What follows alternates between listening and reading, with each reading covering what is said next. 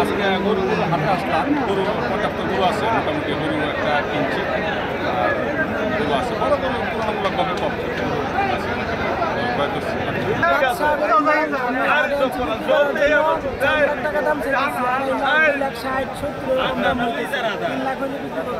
হরিপুরের ঐতিহ্যবাহী গরুর হাট। এখানে বাজারে গরু অনেক চাহিদা, পর্যাপ্ত পরিমাণ গরু আছে, কিন্তু বাজারে গরুর চাহিদা অনেক বেশি। বাজার দর আমাদের এবং এই গরিপুর যে বাজার, এই বাজারে আমাদের পর্যাপ্ত পরিমাণ আমাদের গবাদি পশু আছে, যেটা কোরবানির যোগ্য এবং বাজার পরিস্থিতি ভালো এবং মূল্য মোটামুটি খামারিদের উৎপাদন খরচের সাথে সামঞ্জস্যপূর্ণ আছে।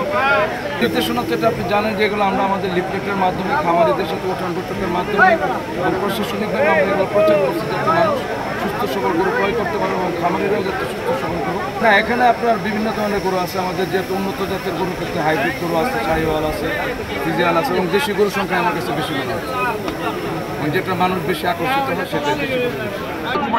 ঢাকার সংকলন অবস্থা খুবই খারাপ, যাতায়াতের অবস্থা খুবই খারাপ এবং কি আমরা একবারে জনশূন্য অবস্থায়, যাতায়াতের রাস্তায় নাই। একজন গরু নিয়ে পারাপার হওয়ার সুযোগ নাই, ঢুকার সুযোগ নাই, বাইরের সুযোগ নাই। এই জন্য আমি প্রশাসনের শুধুই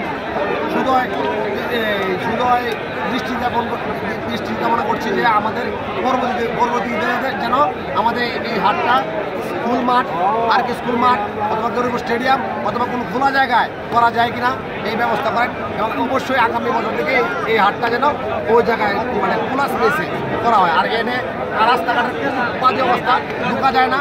একটা গরু এই যে অবস্থা কোনো মানে একবারে প্রত্যেকটা মানুষের অবস্থা করুণ অবস্থায়। গরু কিনতে আসছি গরিপুর বাজারে, এখানে অনেক গরু উঠেছে, কিন্তু মানুষের বেরাবেরি অনেক বেশি। আমরা একটা 1,40,000 টাকা দিয়ে কিনছি, কিন্তু মানুষের জন্য পা বানানো যাচ্ছে না।